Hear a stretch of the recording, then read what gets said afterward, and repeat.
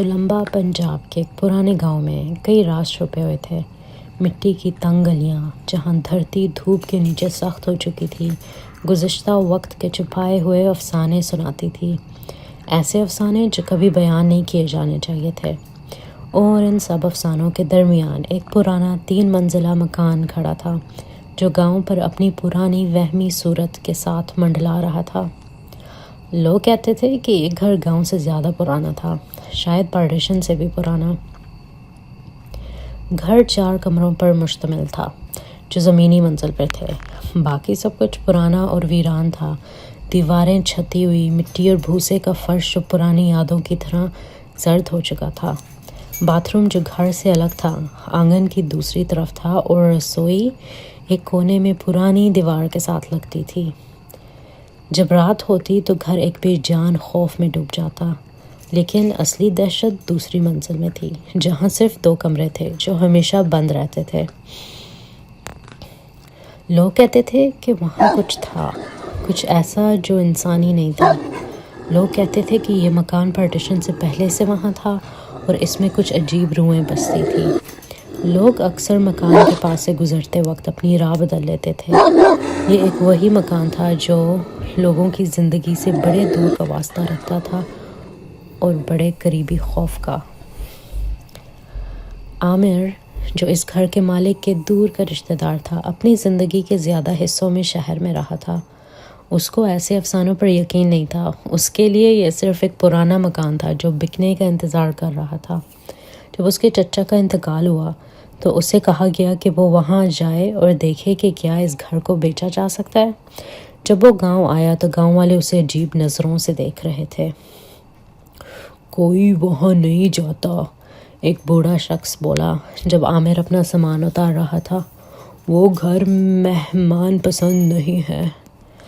عامر نے یہ بات ہنس کر ٹال دی، بس کہانیاں ہیں، اس نے سوچا۔ لیکن جب وہ مکان کے سامنے کھڑا ہوا تو اس کو ایسا محسوس ہوا کہ جیسے گھر سانس لے رہا ہو۔ دوسری منزل کے بند کمروں کے ڈارک ونڈوز اس پر گھورتی نظر ڈال رہے تھے۔ گھر کے اندر سب کچھ ویسا ہی تھا جیسے اس نے ایکسپیکٹ کیا تھا، پرانا، دھول سے بھرا ہوا اور دیواریں جو پھٹ چکی تھی۔ کمرے خالی تھے، صرف پرانے پلنگ اور چرپائیاں رکھی تھی۔ رسوئی بھی خالی تھی، صرف ایک پرانا چولہا موجود تھا۔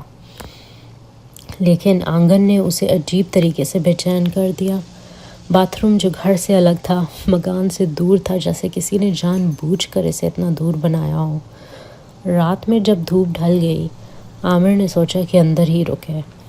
اس نے دوسری منزل کے بند کمروں کے بارے میں سن رکھا تھا کہ کیسے وہ ہمیشہ سے بند تھے۔ جب رات گزر رہی تھی اس کے اندر کی کیوریوسٹی بڑھ گئی۔ ہاتھ میں ٹارچ لے کر عامر سیڑھی کی طرف بڑھا۔ ہر قدم پر فرش چیختا تھا اور ہوا سرد ہوتی جا رہی تھی۔ دوسری منزل بالکل الگ لگ رہی تھی۔ مٹی اور بھوسے کا فرش ایسے تھا جیسے زمین اس کے پاؤں کے نیچے حرکت کر رہی ہو۔ دونوں کمرے بند تھے، لیکن ایک عجیب سی آواز آ رہی تھی، بہت ہلکے سے خروشنے کی آواز، جیسے کوئی لکڑی کو نوک سے کھرید رہا ہو۔ عامر کا دل تیزی سے دھڑکنے لگا۔ وہ ایک لمحے کے لیے خاموش کھڑا رہا، لیکن پھر آواز تیز ہو گئی۔ وہ بند کمرے سے آ رہی تھی جو بائیں طرف تھا۔ یہ تو صرف ہوا ہوگی، اس نے اپنے آپ سے کہا، لیکن اس کے دل میں خوف تھا۔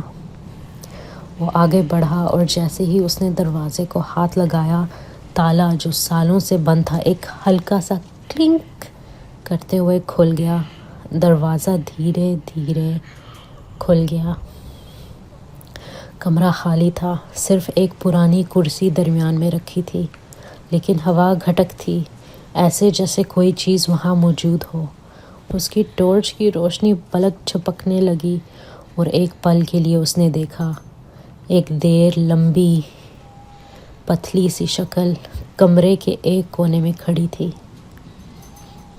اور پھر وہ غائب ہو گئی۔ اچانک دوسرے بند کمرے سے زور کا دھکا لگا۔ عامر کا دل اب اپنے شریرتوں کو یاد کر رہا تھا، لیکن کچھ اسے دوسرے دروازے کی طرف کھینچ رہا تھا۔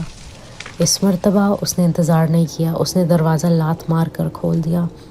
اندر کوئی سامان نہیں تھا، لیکن دیواریں خروشوں سے بھری ہوئی تھی، گہری عجیب خروشیں، جیسے کوئی جان کے لیے دیواروں کو چیر رہا ہو، اور کمرے کے درمیان میں دیوار پر لکھا تھا، یہاں سے چلے جاؤ۔ جب اس نے وہاں سے نکلنے کی کوشش کی تو دروازہ اپنے آپ بند ہو گیا۔ ہوا گرم ہوتی گئی اور خروشوں کی آواز ہر طرف سے سنائی دینے لگی، دیوار سے، چھت سے، زمین سے، ہر جگہ۔ ڈر کے مارے عامر نے نیچے کی طرف بھاگنا شروع کر دیا، لیکن جیسے ہی وہ نیچے آیا اس نے دیکھا کہ اب کمروں میں لوگ کھڑے تھے، سیاہ سائے جو ہل نہیں رہے تھے، صرف اسے گھور رہے تھے۔ ان کی آنکھوں میں صرف اندھیرا تھا، غصے اور اداسی سے بھرے ہوئے خوفناک چہرے۔ یہ روحیں نہیں تھی، یہ وہ افراد تھے جو اس گھر میں بستے تھے پارٹیشن سے پہلے۔ تبھی ایک عورت کی ہلکی لیکن ٹھنڈی سی آواز اس کے کان میں گونج گئی، تم نے ہمیں جگایا ہے۔ عامر بھاگ کر باہر نکل آیا، لیکن باہر کا ماحول بھی بدل گیا تھا، ٹھنڈ بڑھ گئی تھی۔ باتھ روم کا دروازہ زور سے بند ہو گیا، ہر کھڑکی جھول رہی تھی، اور جب اس نے پیچھے دیکھا تو اس نے دیکھا کہ دوسری منزل کے ہر جھروکے سے وہ سائے اسے گھور رہے تھے۔ ان کی اندھیری آنکھیں اس کا پیچھا کر رہی تھی جب وہ گاؤں کے باہر کی طرف بھاگ گیا۔ صبح گاؤں والوں نے اسے گاؤں کے کنارے ڈھونڈا، ڈر سے کانپ رہا تھا۔ وہ دنوں تک کچھ بول نہیں سکا۔ وہ مکان اس کی حفاظت کرنے کا وعدہ نہیں تھا، بلکہ اس کے تباہی کا ذریعہ تھا۔ لوگ پھر کبھی اس مکان کے پاس نہیں گئے، وہ وہاں ویسا کا ویسا ہی کھڑا رہا، خوف اور چھوڑے گئے رازوں کا ایک نشان۔ گاؤں والے کہتے ہیں کہ رات میں ہوا میں آج بھی خروشوں کی ہلکی آواز سنائی دیتی ہے۔ وہ گھر تلمبا میں اب بھی کھڑا ہے، اور ہر روز وہ اپنی کہانی سنانے کا انتظار کرتا ہے۔